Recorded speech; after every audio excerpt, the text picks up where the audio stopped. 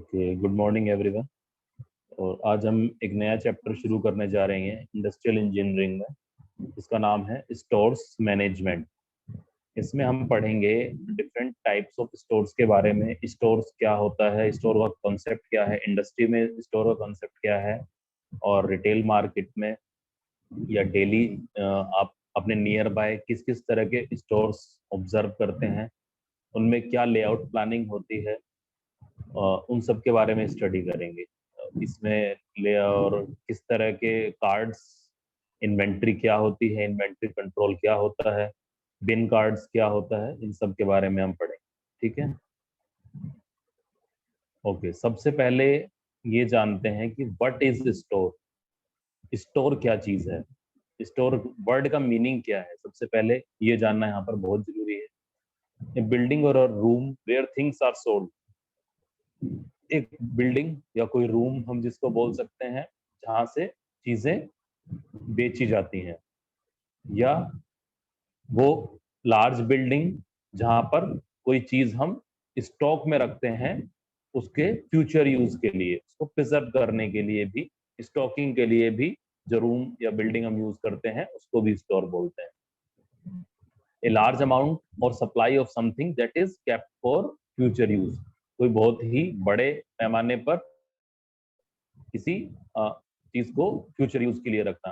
फिरोजाबाद में बहुत ज्यादा आलू के कोल्ड स्टोरेज, ठीक है, तो उनका पर्पस क्या है, नेक्स्ट सीजन के लिए, या जब आलू की किसानों को अच्छी कीमत मिल सके उस टाइम के लिए उसको स्टॉकिंग रखना।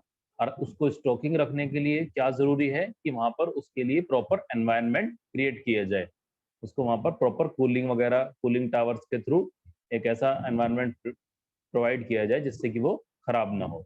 तो डिफरेंट टाइप्स ऑफ आइटम्स के लिए स्टोर्स की डिफरेंट कंडीशंस होती हैं। कुछ ऐसे आइटम्स होते हैं जो सीलन से खराब हो सकते हैं, कुछ ऐसे आइटम्स हो सकते हैं जो गर्मी से खराब हो सकते हैं, कुछ ऐसे आइटम्स होते हैं जो चूहे खराब कर सकते हैं। तो अलग अलग तरह के आइटम्स को स्टोर करने के लिए अलग अलग तरह की टेक्निक्स और उनके प्रिवेंटिव मेजर्स यूज किए जाते हैं।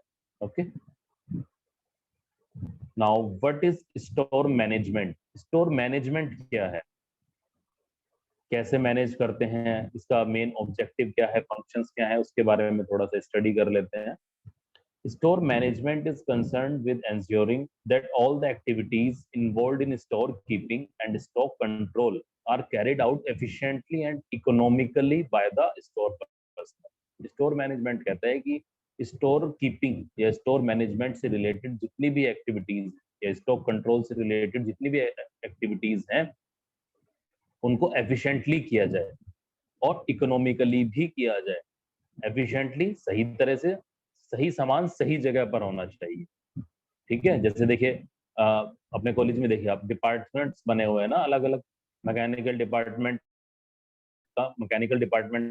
का काम मैकेनिकल वाला है, मैकेनिकल की लैब अलग है, केमिकल की लैब अलग है। अगर ऐसा ही होता कि एक ही लैब में मैकेनिकल, केमिकल और जीसी होता तो ये भी एक मैनेजमेंट है। इसी तरह स्टोर मैनेजमेंट का कंसेप्ट ये है कि जो सामान जिस जगह के लिए नोटिफाइड है वो वहीं पर रखा जाना चाहिए। कुछ लोग जो इंडस्ट्रीज में काम कर रहे हैं वो इसको बहुत क्लोजली ऑब्जर्व भी कर रहे होंगे इस चीज को। तो efficiently and economically, in many cases this also encompasses the recruitment, selection, induction and training of the store personnel and the much more.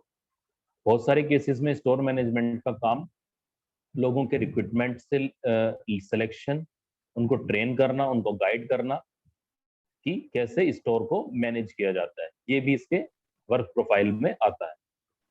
Main कुछ फंक्शंस क्या क्या होते हैं, receipt of incoming material, incoming material को receipt करना, और इससे पहले यहाँ पर रिसिप्ट से पहले ये भी आ सकता है कि रिक्वायरमेंट जनरेट करना, कि पहले हम रिक्वायरमेंट जनरेट करेंगे, उसके बाद ऑर्डर प्लेस करेंगे, उसके बाद ही तो हमारे पास रिसिप्ट होगा। अभी आगे पूरी लिस्ट अलग से भी बनाई है फंक्शंस ऑफ स्टोर मैनेजमेंट की। Supervision of unloading of materials and टैलिंग of materials, supervise करना मटेरियल्स की अनलोडिंग जब वो डिस्पैच हो जाए आपके पास, और उनको टैली करना कि प्रॉपर क्वांटिटी एंड क्वालिटी में आपको आइटम्स रिसीव हुए या नहीं। चेकिंग फॉर डैमेजेस और shortages and preparation of the report, damages और शॉर्टेज या के लिए चेक करें कि जो आइटम आपको मिला है उसका इसके लिए देखो याद करो, थोड़े दिन पहले जब क्लास हमने शायद लास्ट सेम में एक एक्सेप्टेंस सैम्पलिंग वाला चैप्टर पढ़ा था। एक्सेप्टेंस सैम्पलिंग में single sampling, double sampling, multiple sampling, तो यहाँ पर वो तरीके अपनाए जा सकते हैं डैमेजेस और शॉर्टेजेस वगैरह चेक करने की। Filing, filling of goods inward, day book और daily collection register, daily weekly register maintain करना। Completion of vendors consignment, challan, जो वेंडर्स जो आपको डिलीवरी कर रहे हैं उनके चालान वगैरह को को प्रॉपर्ली रिकॉर्ड रखना और उनको फिर पेमेंट के लिए आगे प्रोसेसिंग के लिए आगे भेजना। ये भी स्टोर मैनेजमेंट डिपार्टमेंट का काम है। हर इंडस्ट्री में स्टोर मैनेजमेंट डिपार्टमेंट बिल्कुल अलग से होता है, जिसके अपने वर्क्स एंड फंक्शंस हैं, जो मटेरियल्स की डिलीवरी, रिक्वायरमेंट, उनका पेमेंट से डीलिंग करता है। ऑब्जेक्टिव्स क्या क्या हैं स्टोर मैनेजमेंट डिपार्टमेंट के, क्या क्या करना चाहिए उनको? To ensure uninterrupted supply of materials without delay to various users of the organisation. उनका मेन काम ये होना चाहिए कि वो बिना प्रोसेस को अफेक्ट करे मटेरियल्स की सप्लाई करें ऑर्गेनाइजेशन के मेंबर्स को, जिनको जिस चीज की रिक्वायरमेंट है। To ensure safe handling of materials and prevent their damage, proper handling का ध्यान रखा जाना चाहिए बिना किसी डैमेज के। To ensure proper and continuous control over the materials, continuous monitoring होनी चाहिए कि हम बहुत ज्यादा भी ना खरीदें मटेरियल, और ऐसा भी नहीं होना चाहिए कि हमारे पास मटेरियल कम है। कई बार आप न्यूज़पेपर में न्यूज पढ़ते होंगे कि एनटीपीसी के पास 2 दिन का कोयला बचा है, तो कैसे पता है 2 दिन का कोयला बचा है? कि स्टोर डिपार्टमेंट ने बताया कि हमारा स्टॉक अब काफी लिमिटेड बचा हुआ है। तो वहां पर क्या जरूरत है कि हम सही टाइम पे वहां पर डिमांड को रेज करते हुए अवेलेबिलिटी इंश्योर करें, नहीं तो 2 दिन बाद पावर की एक बड़े लेवल पर प्रॉब्लम आ सकती है। To prevent over stocking and under stocking of materials, वही पॉइंट है कि हम बहुत ज्यादा क्वांटिटी में भी मटेरियल स्टॉक ना करें, क्योंकि कुछ आइटम्स ऐसे होते हैं जिनकी कॉस्ट पर डे या पर मंथ या वीकली फ्लक्चुएट करती रहती है, जैसे आयरन है और भी बहुत सारे ऐसे रॉ मटेरियल्स हैं। तो बहुत ज्यादा क्वांटिटी में अगर आपने स्टॉक कर लिया और बाद में वो प्रोडक्ट सस्ता हो गया, तो कंपनी की कॉस्ट में ऐड हो जाएगा और एक्स्ट्रा कॉस्ट पड़ेगा। और अंडर स्टॉक भी नहीं होना चाहिए, कि क्योंकि देखिए कोई भी एनवायरमेंटल ऐसी प्रॉब्लम हो सकती है या कोई ऐसी प्रॉब्लम्स हो सकती हैं कि डिस्पैचिंग में डिले हो गया, तो हमें एटलीस्ट 1 वीक का स्टॉक हमारे पास जरूर होना चाहिए, जिससे कि काम स्मूथली चलता रहे। To minimise storage cost, storage cost को रिड्यूस करने का भी काम है। To prevent materials from pilferage, theft, fire and other risk, materials को खराब होने से बचाएं, चोरी ना हो, आग ना लग जाए, और भी अदर तरह के रिस्क हैं, उनसे भी मटेरियल्स को बचाना जरूरी है। फंक्शंस में क्या क्या आते हैं स्टोर मैनेजमेंट के, क्या क्या फंक्शंस हैं? रिसिप्ट, रिसिप्ट करना मटेरियल को, स्टोर करना, retrieve, issue, records keeping, house keeping, control, surplus management, verification and packing, interaction and coordination. तो ये सारे काम है स्टोर मैनेजमेंट डिपार्टमेंट के, ठीक है। प्रॉपर रिकॉर्ड्स रखना, हाउसकीपिंग का मतलब साफ सफाई से आ जाता है कि वहां पर जहाँ पर स्टोर में मटेरियल रखा हुआ है वहां का प्रॉपर सैनिटाइजेशन, प्रॉपर क्लीनिंग, खासकर अगर फूड ग्रेन्स या ऐसे आइटम्स जो खाने पीने की वस्तुएं होती हैं वहां पर साफ सफाई और कीड़े मकोड़ों का, चूहों का बहुत ज्यादा ध्यान रखने की आवश्यकता है। Proper controlling, surplus management, extra extra material ना हो, प्रॉपर वेरिफिकेशन करना, प्रॉपर पैकेजिंग करना, इंटरेक्ट करना विद डिफरेंट वेंडर्स, कॉस्ट से रिगार्डिंग कि कहाँ से हमें कम कॉस्ट में मटेरियल मिल सकता है, उनसे कोऑर्डिनेट करके आगे प्रोसेसिंग करना। ठीक है, अब आ जाते हैं हम स्टोर लेआउट्स। देखिए यहाँ पर आप 2 चीजें हम माइंड में रख के चलिए। अभी तक आप जो हम थोड़ी सी 2-3 पीछे स्लाइड पढ़ी हैं, वहां से स्टोर का जो हमारे माइंड मेकअप बना है कि स्टोर एक कमरा है जहां पर सामान को बस हमने स्टोर करके रखा है, किसी को जरूरत हो तो वहां से ले लिया। या घर में भी बोल देते कि स्टोर का रूम है, उसमें कोई सफाई भी नहीं करता है, बस वो पड़ा है, उसमें कूड़ा कचरा डाल दिया। अब यहाँ पे थोड़ा सा कंसेप्ट को चेंज करके देखते हैं कि स्टोर है क्या। एक तो इंडस्ट्रियल मैनेजमेंट में जो स्टोर यूज होता है वो एक अलग स्टोर होगा, उसका काम करने का तरीका अलग है, ठीक है। एक जो दूसरे स्टोर्स हैं, आप शॉपिंग सेंटर्स पे जाते हैं, ठीक है। अब जब भी शॉपिंग सेंटर पे जाएंगे तो अभी जो मैं आने वाली 5 से 6 स्लाइड दिखाऊंगा, तो वहाँ ऑब्जर्व कीजिएगा कौन किस तरह का लेआउट वहाँ पर यूज हम कर रहे हैं, ठीक है। तो एक स्टोर वो है मल्टी ब्रांड स्टोर्स, मॉल में जो कॉन्सेप्ट यूज होता है, छोटे स्टोर्स में जो यूज होता है कि वहां पर स्टोर लेआउट क्या है, ठीक है। अभी नेक्स्ट स्लाइड जैसे पढ़ते जाएंगे तो बिल्कुल क्लियर हो जाएंगी चीज। Store layout shows the location of departments, permanent permanent structures, customer traffic patterns, and fixture locations. It takes into account the types of products sold, the size of the building, and the building's location. Budget is also factor in the design. तो सबसे पहले last line को देखते हैं, इन्होंने बोला कि budget is also factor in the design. तो स्टोर लेआउट में बजट एक बहुत इंपॉर्टेंट फैक्टर है कि हम किस तरह का डिजाइन वहां पर रखेंगे। ऊपर अब ऊपर आ जाते हैं। इसका काम है कि ये किस तरह का मटेरियल किस जगह पर और किस तरह से रखना है। स्टोर लेआउट का ये बहुत important function. It takes into account the type of product sold, किस तरह का, बिल्डिंग का साइज कितना बड़ा है और बिल्डिंग की लोकेशन कैसी है, ठीक है। उसके ऊपर डिपेंड करेगा स्टोर लेआउट किस तरह का होगा। अब देखिए कितने तरह के होते हैं store layout. Force path store layout, grid store layout, loop store layout, straight store layout, diagonal store layout, angular store layout, geometric store layout, mixed store layout. इसमें जो इंपॉर्टेंट स्टोर लेआउट्स हैं उनके कुछ फिगर्स मैं आपको दिखाता हूँ। ये देखिए सबसे पहले, ये देखिए लूप लेआउट। लूप लेआउट क्या है? लूप लेआउट का है कि कोई कस्टमर किसी शॉपिंग सेंटर में इस तरह से एंटर करे कि वो सारी चीजें देखने के बाद ही उस शॉपिंग सेंटर से बाहर निकल सके। देखिए ए major customer SL begins at the entrance, loops through the store in the shape of a circle, square, rectangle, and then returns to the customer in the front of the store.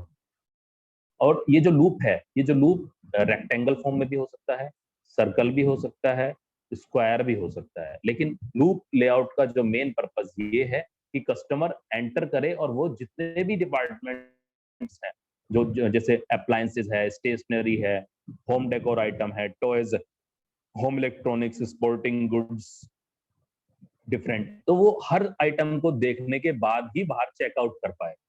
तो इस तरह का loop layout का objective है, ठीक है। अब देखिए ये तो हुआ लूप लेआउट। नेक्स्ट देखते हैं ग्रिड लेआउट। ग्रिड लेआउट किस तरह का होता है? ग्रिड लेआउट में कस्टमर एंटर तो करेगा, लेकिन अब वो कस्टमर का वो है कि वो किस तरह से मूव करना चाहता है। इसमें लेआउट अलग तरह से है। साइड्स में अलग अलग डिपार्टमेंट्स हैं, ब्रेड्स हैं, इधर बच्ची, milk and dairy products, juice and cold drinks, और बीच में अलग अलग चीजें हैं, meat and chicken, baking products, canned foods, pasta. अब देखो कोई कस्टमर ऐसा भी हो सकता है, मैं आपको एरो से दिखा देता हूँ। कोई कस्टमर ऐसा हो सकता है यहाँ से एंटर करे, कलर,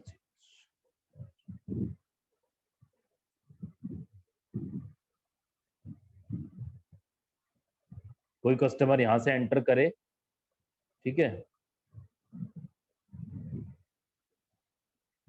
ये यहाँ से एंटर करे, ऐसे जाए और ये यहाँ से सीधा ऐसे घूम के यहाँ से यहाँ पे चेकआउट करके पेमेंट करके और यहाँ से बाहर आ जाए। एक कस्टमर ग्रिड लेआउट में ऐसे भी जा सकता है। लूप लेआउट में तो उसे कंपलसरी था कि पूरा देखना ही है। एक कस्टमर ऐसा हो सकता है यहाँ से जाएगा, ऐसे गया, ऐसे गया, ऐसे गया, फिर यहाँ से उसने देखा, फिर यहाँ घूमा और ठीक है यहाँ से चेकआउट कर गया, ठीक है। तीसरा कस्टमर आया, वो यहाँ से ऐसे घुसा, इधर गया, फिर ऊपर घूमा, इधर कोई प्रोडक्ट देखा, इधर देखा, इधर देखा और फिर चेकआउट कर दिया, ठीक है। तो यहाँ पर कस्टमर अपने अकॉर्डिंग, अपने टाइम के अकॉर्डिंग, अपने रिक्वायरमेंट के अकॉर्डिंग घूमेगा गिवन लेआउट में और चेकआउट कर जाएगा, ठीक है। तो ये होता है ग्रिड लेआउट। नेक्स्ट देखते हैं straight store layout. Straight store layout क्या है भाई? A straight retail floor plan is probably the most recognizable type of store layout design, celebrated for its economy of the floor space, and the state plan used store walls, corner spaces, custom retail displays, and other shelving fixtures to maximize every possible selling point of the floor. Straight floor layout का सबसे main purpose तो ये है कि वो space को ज्यादा से ज्यादा यूज करे और जो स्टोर की वॉल्स हैं, कॉर्नर्स हैं, वहां पर प्रोडक्ट्स को डिस्प्ले के लिए यूज करे या उन वॉल्स के साइड में जो स्पेसेस हैं उनको भी यूज करे। ठीक है, तो लेआउट आप देख सकते हैं कि एक तरफ से एंट्री है और उसके सामने ही आपको एग्जिट दिखाई दे रहा है। अब कस्टमर जैसे एंटर करेगा दोनों साइड अपनी नजर घुमाएगा, तो जिधर उसको अपने रिगार्डिंग प्रोडक्ट दिखाई देगा उसकी तरफ अप्रोच करेगा, सामान लेगा और जल्दी से बाहर आएगा। इसका एक एडवांटेज ये भी है कि वर्कर को सॉरी यहाँ पर जो कस्टमर है उसको ज्यादा अननेसेसरी टाइम वेस्ट नहीं करना पड़ेगा, उसको जितनी जरूरत है उतना सामान लेगा। इससे कस्टमर ट्रैफिक भी यहाँ पर कम होगा कि बहुत सा कस्टमर ऐसा है जिसको कोई प्रोडक्ट चाहिए, वो सबसे आपने एंड में रखा हुआ है, तो जैसे ही एंटर करेगा उसे पता चल जाएगा। लेकिन अगर लूप लेआउट या ग्रिड लेआउट होगा तो जो बार बार वर्कर निकल रहा है, कस्टमर जो है वो ढूंढता रहेगा उसको, वहां पे कस्टमर ट्रैफिक बढ़ता रहेगा कि उसको लेना एक प्रोडक्ट है लेकिन वो पूरे एंटरप्राइज को यूज कर रहा है बार। Next is diagonal store layout. Diagonal store layout का प्लान देखिए किस तरह का होता है। इसमें जो प्रोडक्ट्स हैं डिस्प्ले के लिए वो डायगोनली प्लेस किए जाते हैं। It is a good store layout for self service types of retail stores, जहाँ पर generally self service type of retail stores के लिए यूज किया जाता है। It offers excellent visibility for cashiers and customers. Cashier और कस्टमर्स के लिए बहुत ही बेटर विजिबिलिटी एंश्योर करता है। Diagonal floor plan invites movement and traffic movement flow to the retail store. इस तरह के प्लान से ट्रैफिक कस्टमर का यहाँ पर ज्यादा हो सकता है। अब ये जो आप इसमें एरो देख रहे हैं, हाँ ये देखिए,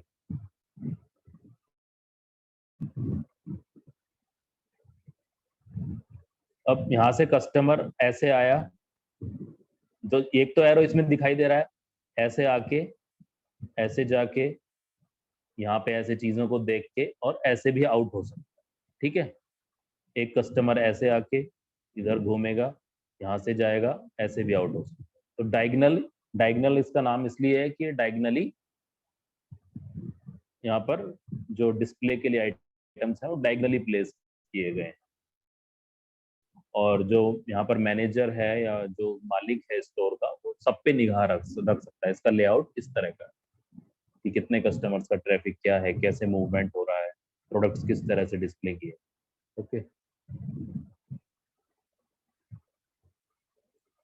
नेक्स्ट इज एंगुलर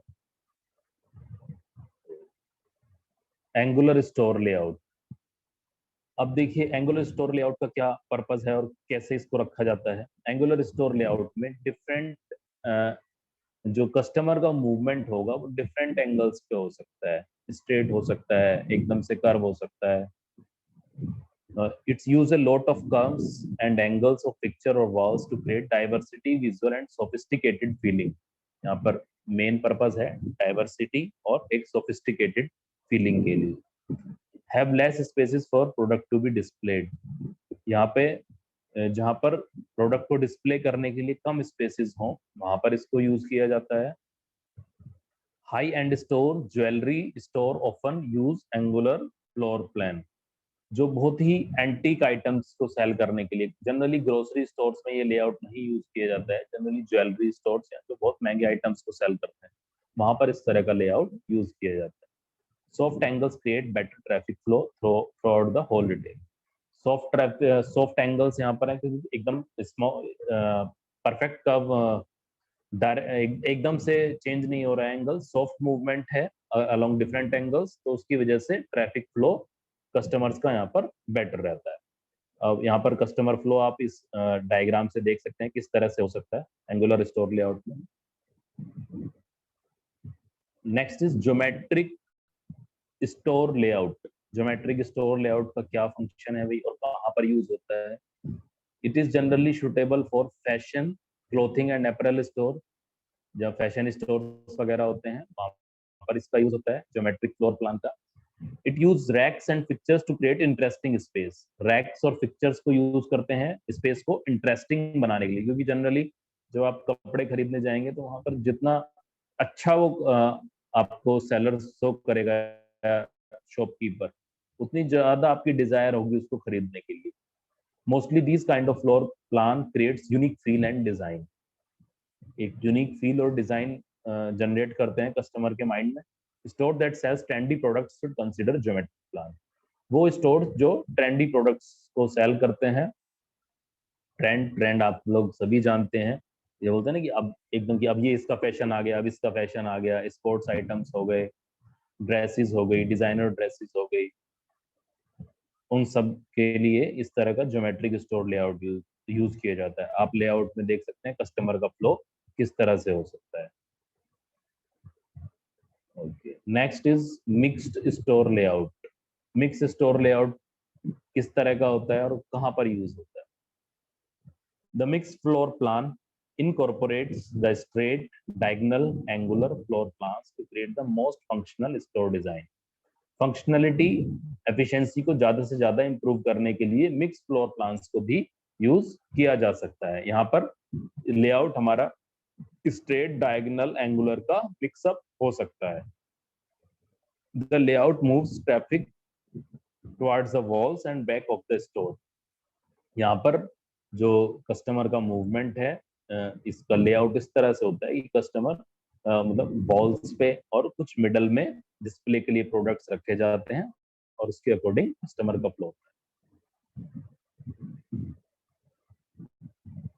अब से आप जब भी किसी स्टोर में जाएं शॉपिंग के लिए तो सबसे पहले देखना कि कौन सा लेआउट है, ऑब्जर्व करिएगा। जो हम पढ़ रहे हैं हमें उसको ऑब्जर्व भी करना चाहिए। Next is inventory control. Inventory control से पहले ये जानना जरूरी है कि व्हाट इज इन्वेंट्री। इन्वेंट्री क्या होता है? Inventory is the stock of goods and materials. ये गुड्स और मटेरियल्स आपके रॉ मटेरियल्स के भी हो सकते हैं। रॉ मटेरियल इन्वेंट्री, जो रॉ मटेरियल के गुड्स स्टोर होंगे उनको रॉ मटेरियल इन्वेंट्री बोलते हैं। जो इन प्रोसेस, जो भी प्रोसेसिंग स्टेज में यानी कि प्रोडक्शन प्रोसेस में घुस चुके हैं, वो होते हैं वर्क इन प्रोसेस इन्वेंट्री, उसको बोलते हैं वर्क इन प्रोसेस इन्वेंट्री। और फाइनल, जब प्रोडक्ट आपका डिस्पैच के लिए तैयार है या फिनिशिंग उसकी हो चुकी है और वो डिस्पैचिंग वाले या क्वालिटी डिपार्टमेंट में है, तो उसको बोलते हैं फिनिश्ड इन्वेंट्री। तो ये 3 तरह की इन्वेंट्री होती है और किसी भी प्रोडक्शन सिस्टम के लिए कहीं पर भी इन्वेंट्री का ओवर स्टॉकिंग उसके लिए नुकसानदायक है। इसलिए इन्वेंट्री हर जगह पर इकोनॉमिक कंडीशन में होनी चाहिए और ऑप्टिमल क्वांटिटी में होनी चाहिए, क्योंकि ओवर स्टॉकिंग कहीं पर भी होती है तो कंपनी की कॉस्ट वहां पर इंक्रीज होती है।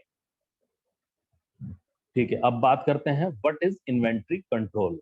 Inventory control is the process of managing stock once it arrives at a warehouse, store or other storage location.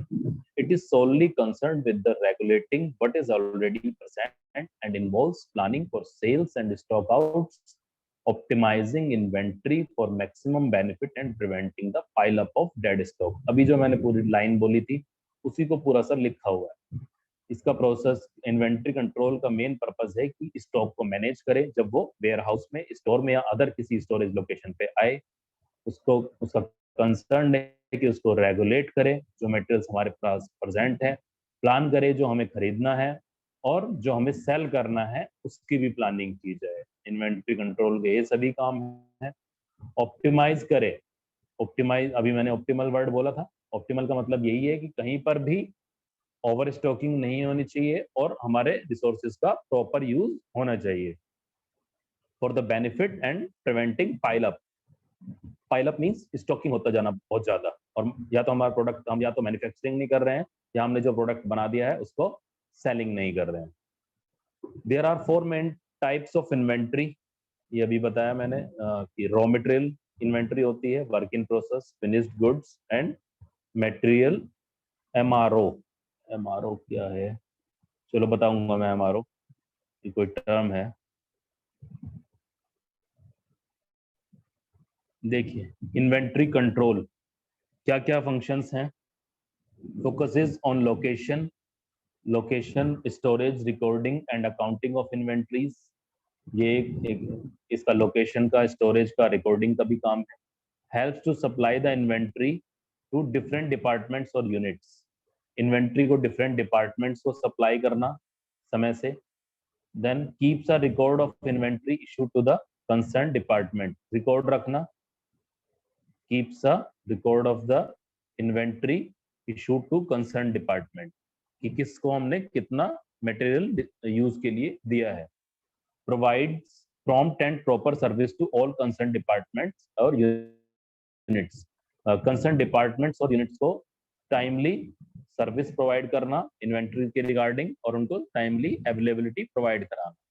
Helps to maintain inventories at lower cost. Inventories को लोअर कॉस्ट पे provide कराना। Bifurcates high value stock of goods and low value stock of goods. High value और low, high value के जो goods हैं inventory में, और जो लो वैल्यू के गुड्स हैं उनको अलग अलग रखना, और उनको उनके अकॉर्डिंग उनको सेफ रखना, क्योंकि हाई वैल्यू गुड्स में अगर नुकसान होता है तो प्रॉब्लम होगी। Avoids over stocking and under stocking of materials, already हम पढ़ चुके हैं।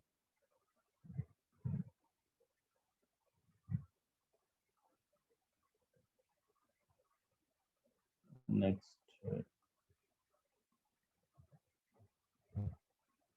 ये वही पॉइंट्स हैं तो रिपीटेड हैं। इन्वेंट्री कंट्रोल जो हम अभी पढ़ चुके हैं, इसमें यह है कि 5 बेनिफिट्स क्या क्या है इन्वेंट्री कंट्रोल। पीपीटी में आपको भेजूंगा तो आपके लिए थोड़ा कंटेंट हो जाएगा स्टडी करने के लिए। नाउ एक पॉइंट और हम ले लेते हैं, अभी हमारे पास बचे हैं 9 मिनट। ईओक्यू। ईओक्यू का फुल फॉर्म है इकोनॉमिक ऑर्डर क्वांटिटी। क्या होता है ईओक्यू या economic order quantity? Is the ideal order quantity a company should purchase to minimise inventory cost such as holding cost, shortage cost and order cost. This production scheduling model was developed in 1913 by Ford W. The formula assumes that demand, ordering and holding costs all remain constant. Economic order quantity या EOQ एक वो concept है जो कहता है कि हम अपनी डिमांड, जो डिमांड कर रहे हैं, दूसरा जो ऑर्डरिंग कर रहे हैं, और तीसरा जो हम ले चुके हैं होल्डिंग कर रहे हैं, ये तीनों चीजों के बीच एक प्रॉपर बैलेंस होना बहुत जरूरी है, क्योंकि इन तीनों के कम या ज्यादा होने से ओवरऑल कॉस्ट पे इफेक्ट पड़ता है और कंपनी की कॉस्ट इंक्रीज करती है। तो यही कॉन्सेप्ट ईओक्यू बताता है कि अब ईओक्यू कॉन्सेप्ट मैं नेक्स्ट अभी आपको ग्राफ से भी समझाऊंगा कि कैसे हम एक ईओक्यू यानी कि इकोनॉमिक ऑर्डर क्वांटिटी या ऑप्टिमल भी बोल सकते हैं इसको, कैसे हम उसको मैनेज कर सकते हैं। EOQ is the number of units that a company should add to the inventory with each order to minimize the total costs of inventory such as holding, order, shortage। आगे देखिए, ये देखिए EOQ का formula होता है √2D demand, S यानी कि सी note भी बोल देते हैं इसको, ऑर्डरिंग कॉस्ट, और H होल्डिंग कॉस्ट। तो ये तो होता है EOQ का फॉर्मूला। तो यहाँ पे देखिए इस फॉर्मूले के अकॉर्डिंग अगर कोई भी चीज कम, अब यहाँ पर H जितना H को अगर आप बढ़ाते हैं तो EOQ कम होता है। तो तीनों के बीच एक प्रॉपर बैलेंस होना चाहिए। अब इस ग्राफ को देखो एक बार थोड़ा सा समझने की, फिर इस चैप्टर में एक छोटा सा टॉपिक बचेगा वो हम फिर बाद में कवर कर लेंगे। EOQ को समझ लीजिए। क्वांटिटी और कॉस्ट के बीच एक ग्राफ बनाया गया है, ठीक है। क्वांटिटी एक्स एक्सिस पे है और कॉस्ट वाई एक्सिस पे है। जैसे जैसे क्वांटिटी हम इंक्रीज कर रहे हैं, क्वांटिटी जैसे जैसे इंक्रीज होती जाएगी, मान लीजिए स्टोर में है क्वांटिटी या वर्क इन प्रोसेस इन्वेंट्री है, क्वांटिटी इंक्रीज होती जा रही है तो क्या हो रहा है, मैं दिखाता हूँ एक मिनट। क्वांटिटी इंक्रीज होने से होल्डिंग कॉस्ट बढ़ती जा रही है। जैसे जैसे क्वांटिटी इंक्रीज हो रही है तो उस मटेरियल की होल्डिंग कॉस्ट भी बढ़ती जा रही है, क्योंकि वो मटेरियल आपके पास स्टॉक होता जा रहा है। तो क्वांटिटी बढ़ती जाएगी तो उसकी होल्डिंग कॉस्ट भी बढ़ती जाएगी। ठीक,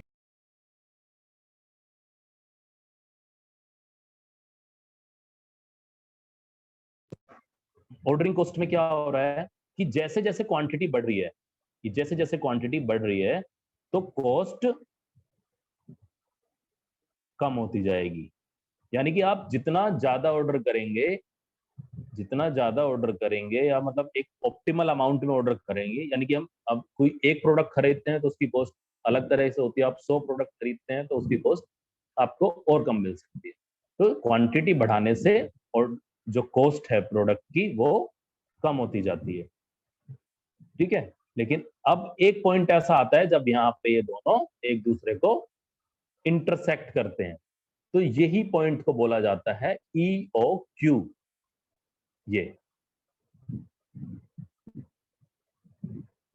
EOQ, ठीक है। EOQ का मतलब यही है कि वो पॉइंट जहां पर होल्डिंग कॉस्ट भी बहुत ज्यादा नहीं होगी और ऑर्डरिंग कॉस्ट भी बहुत ज्यादा कम नहीं होगी, यानी कि ऑप्टिमम पॉइंट होगा जिससे कि हम टोटल कॉस्ट को रिड्यूस करने में हेल्प कर सकते हैं। तो ये कंसेप्ट है EOQ का, थोड़ा आप भी इसको कोशिश करिएगा पढ़ने की। ठीक है, अभी मैं अटेंडेंस लिंक भेजता हूँ और फिर रिकनेक्ट करिएगा, थोड़ा सा प्रोजेक्ट की बात करेंगे, कोई भी क्लास छोड़ेगा नहीं। Okay sir. जो लिंक भेजा हुआ है उसी पर रिकनेक्ट करेंगे आपको, प्रोजेक्ट के बारे में बात करेंगे।